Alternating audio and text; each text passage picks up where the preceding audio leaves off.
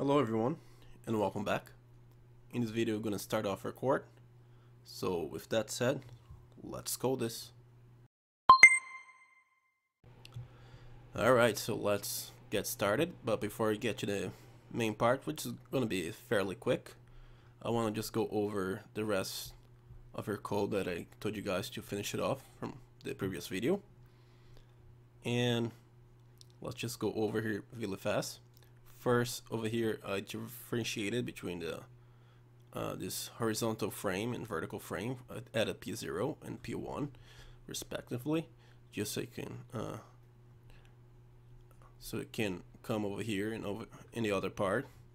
So here it is. So since it has different values, since all this macro is going to do is just replace everything over here and put it over there. So just make sure you have this differentiated.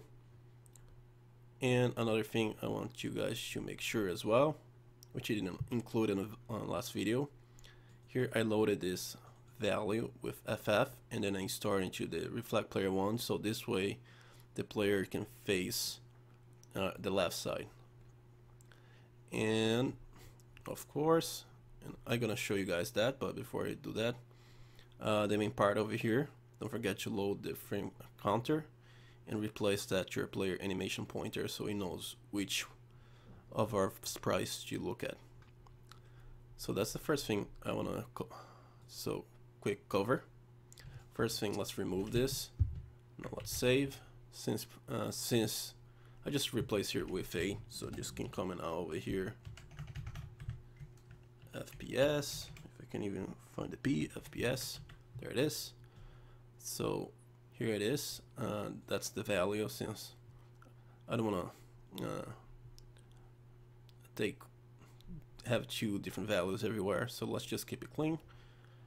And of course, let me assemble and run. If you notice over here, everything is going weird, simply because I have it on developer mode, and I should have done that a while ago. So let me come to player, and so reset this. Let me assemble here, tab, press tab, or bring this window here, select, come to the developer options and set up developer settings. That's really important. So if I exit my menu over here, come over here, and now as you see, let me come to the debug, all these values over here are randomized, and that's what happens when you turn on the Atari 2600. So to fix this up, we need to have a loop and reset all of this to 0. And the Atari 2600 doesn't really cares if everything is set up to 0. So that's what we're gonna do. So let's come over here under reset, and you're gonna press clean start. And now that we have this clean start set, if I were to assemble over here, come over here, as you see, everything here was reset to 0. So do this again. So here it is, everything's set to 0. So when this is red highlighted over here, it means that we wrote into this register. So that's why you see the different values over here. So if I were to run again, if I press tab, you see all of this was written. If I tap again, okay, so now we know. So that's the clean start. So you make sure that everything set to 0. It's important. And another thing that I want to come do over here before I even do that is create some variables for our game. So first I want a temporary variable, temp variables. Let's call it temp. Let's set 1 by. And I also want a random value.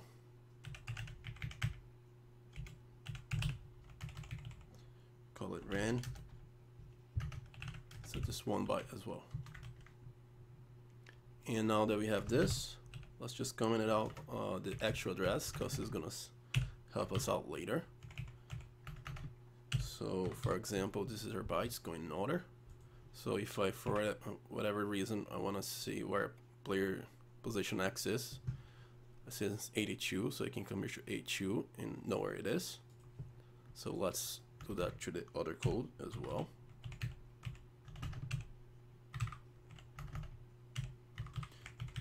And remember, this DS is by default 1 byte. So we'll come over here. So now we have a word over here, which is 2 bytes. So it's from the values 88 to 89. And this is for 8A to 8B. This is 8C, 8D, 8E, and 8F. So here it is. So let me run it over here. All right, everything's all set. And now let's just change your chord. And if you notice, let's just change the chord size twice the size. I want 80. Let's say 40. So something like that. Let's say 45 maybe. Yeah, maybe something like this. Let's stick with this for now. I can always change it. So let's come all the way down here. So after all of this codes went through, before we start our right over here. So let's do our, it's gonna be our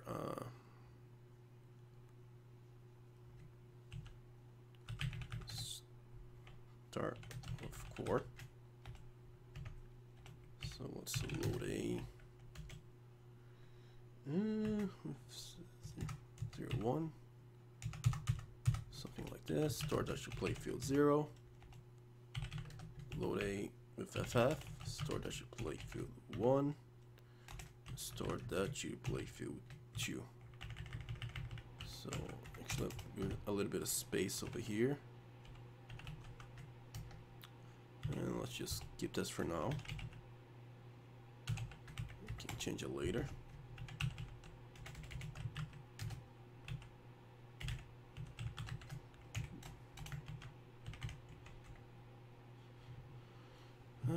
Should I? Yeah, choose space. So far, so good. Actually, just give it 1. So you remove this.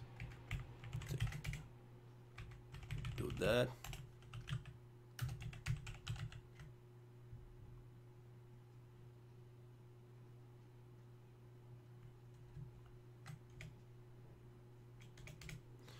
Let me just assemble, see what I got over here. Okay. So let's give it, let's say, so just for the sample, I can change this later. Well, we will change this later. But let me again set this to, let's skip 4 scan line. Let's load this to 0. Store that should play field 1. Store that should play field 2. Let's see what he got so far. Okay. And let's load X with 1 with 1. And store X to control play field. So this is making our play field be reflected. So here it is. And let me change here for 0 and 1B over here. So let me try this now. Oh, there it is. Pretty cool. I'll give it a 5 spaces. All right, now it looks better. And let's come over here. And this is actually the end of display area right after we do this V blank. Oh, well, let me just put the code here and demonstrate why. So let's Load A with the value. This far doesn't really matter. And store that to playfield 0. And then we are actually started from the last value, so just load A with FF and store that to playfield 1 and store that to playfield 2. Now let's do the give it some space. 4. Actually I had a 5. And give us 5 scan lines to work with. Repeat end. And then let's load everything to 0. And store playfield 0 to 0. Store playfield 1 to 0. And store playfield 2 to 0.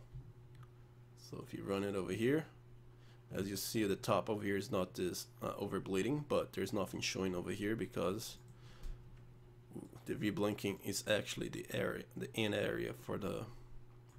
As soon as set a V-blank, nothing else is going to be drawn. So that's why there's black over here. So for to move this down here,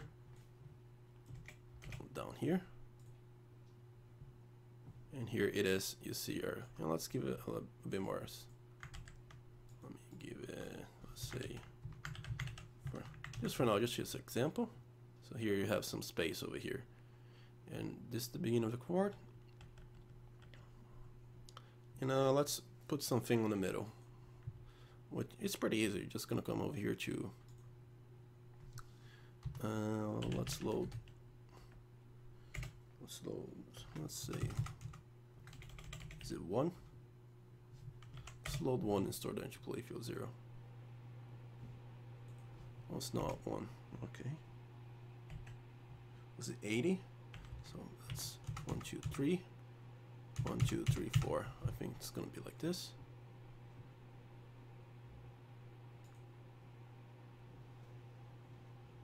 Oh, actually, I'm doing it wrong. This is right. Instead of 0 over here, let's load playfield 2 with that value. 2, 3, 1, 2, 3, 4. Let me run it now. Oh, and there it is. So now if I come over here for my player, and player 1 over here, we actually have our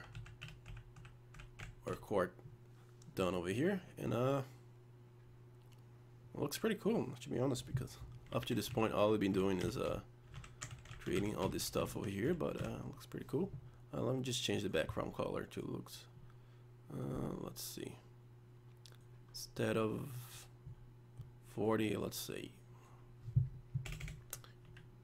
E8, something like that. I know it should be an even. There it is, something like this. So now you have this cool chord over here. Don't worry about this blank part over here, this black part. You're gonna fill the whole screen with stuff. But this is the main part of our game right over here. And I like it. The only thing that's bothering me is this bar over here in the middle. And all I'm gonna do is just change the color. I know if you ever took some art class, that's like the black is just where your eyes just point to. That's why it looks a bit uneven, but as soon as I change the color, I think everything should be fine. And for now, that's gonna be it for this video. The next video, there's some things that I wanna go fix it, like this. I'm gonna fix that, and a few other stuff that I wanna go over, so we can have this chord all set, and then we can have some collisions over here at our ball and all the other stuff that we need. But to do all of that first, we need to set up our chord. So with that said, that's it, and thanks for watching, guys. See you in the next one.